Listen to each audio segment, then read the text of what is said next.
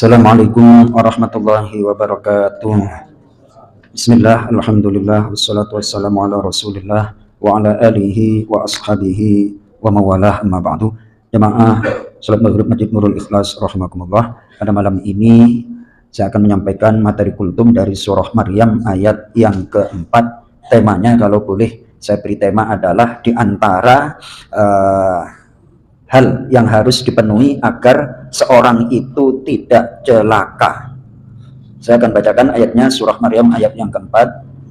A'udzu billahi minasyaitonir rajim. Bismillahirrahmanirrahim.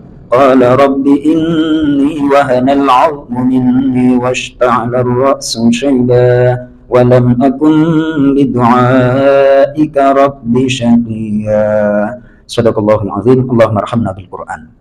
Dan dia, Zakaria, yakni Nabi Zakaria, berkata, ya Tuhanku, sungguh tulangku telah lemah dan kepalaku telah dipenuhi oleh uban, dan aku belum pernah kecewa dalam berdoa kepadamu, wahai Tuhanku. Jadi dalam Al-Quran ada beberapa ayat yang terdiri dari kata syaqiyah. Syaqiyah itu artinya celaka. Kalau dikaitkan dengan doa, yakni Nabi Zakaria itu tidak pernah kecewa ketika berdoa kepada Allah dalam keadaan yang secara lahiriah sudah nggak punya potensi, yakni sudah tua, tulang belulangnya sudah beruban, mengharapkan seorang anak. Kalau bahasa sekarang adalah hil yang mustahil. Akan tetapi hil yang mustahil itu bagi penilaian manusia, namun bagi Allah tidak ada yang mustahil. Nah, di sini Nabi Zakaria, dan aku tidak pernah kecewa ketika berdoa kepadamu ya Rabb, walam akum bidu'aika rabbi syaqiyya.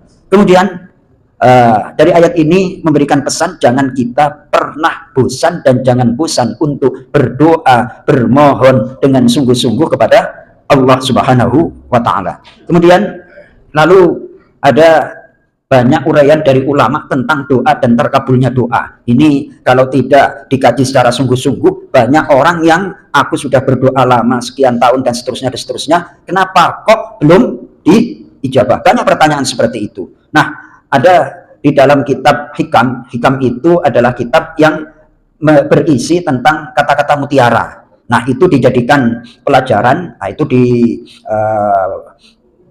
dicetak dalam beberapa versi, termasuk di Indonesia dari beberapa penerbit menerbitkan tentang kitab Hikam. Kemudian itu ditulis oleh seorang ulama yang bernama Imam Athaillah As-Sakandari, Iskandaria dari Mesir. Itu dulu saya hafalkan, pahamnya setelah usia 45 tahun, Mas Soto. Pahamnya baru setelah 45 tahun. Nah, apa itu bentuknya? Kurang lebih perkataannya seperti ini, saya hafalkan tuh. La yushakkikannaka fil wa'di ma'a ilhahi fid du'a adamul wuqu'il mau'ud. Janganlah engkau sekali-kali ragu terhadap janji Allah, walaupun janji itu ditentukan terkabulnya.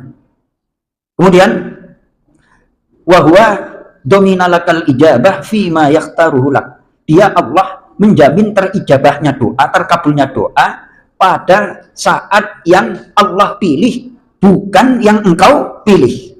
Nah, kalau kita berdoa, pas doa kita sesuai dengan keinginan Allah, alhamdulillah. Kan kita berdoa kadang-kadang tidak sesuai dengan kehendak Allah. Anak Mas Toto minta motor, ya, masih kelas 2 SMP, mau minta Ninja. Kira-kira dikasih apa enggak itu, Mas Toto? Kurang, alhamdulillah, katanya Pak Batiyul dikasih kan kayak gitu. Dikasih ya, ya, alhamdulillah. Kurang lebih kita kadang meminta itu tidak sesuai, tidak patut dengan kondisi kita, maka oleh Allah ditunda atau diganti dengan bentuk yang lain. Jangan sampai tertundanya, terkabulnya doa itu membuat kita itu terus tidak yakin, harus yakin. Nah, di dalam Al-Quran, Nabi Zakaria itu, walam akum bidu'aika rabbi syaqiyya, aku tak pernah kecewa berdoa kepadamu ya Rabb. Jadi minta aja, minta terus saja. Pemberian Allah bentuknya apa dan bagaimana itu urusan Allah. Yang jelas Allah tidak pernah mengecewakan. Kemudian kalau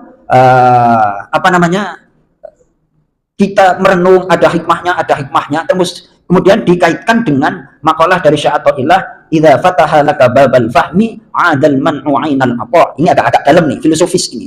Ketika kita berdoa terus tidak dikabulkan, sementara di balik tidak dikabulkan doa itu ada banyak manfaat dan hikmah, oleh sebab itu adal man'u 'ainal 'ata. Ternyata bentuk tidak terkabulnya doa itu merupakan pemberian dari Allah. Contoh, banyak kan kasus-kasus ada orang ketinggalan pesawat, terus akhirnya pesawatnya benar-benar terbang, dia nggak jadi naik pesawat, terus pulang lagi ke ke Jakarta dari Cengkareng, baru terus dapat berita, Pak Del, oh ternyata penerbangan nomor sekian-sekian dari Jakarta ke misalnya ke Sulawesi mengalami gangguan terus hilang dari radar. Dicek, loh itu kan penerbanganku ini, ternyata mengalami kecelakaan sesuai dengan takdir Allah. Ternyata ditundanya atau tertundanya dia nggak bisa naik pesawat itu ada pemberian. Oleh sebab itu, Mas Toto, kita kan udah pengalaman, Bang Ipin, pengalaman doa nggak dijabah, bener?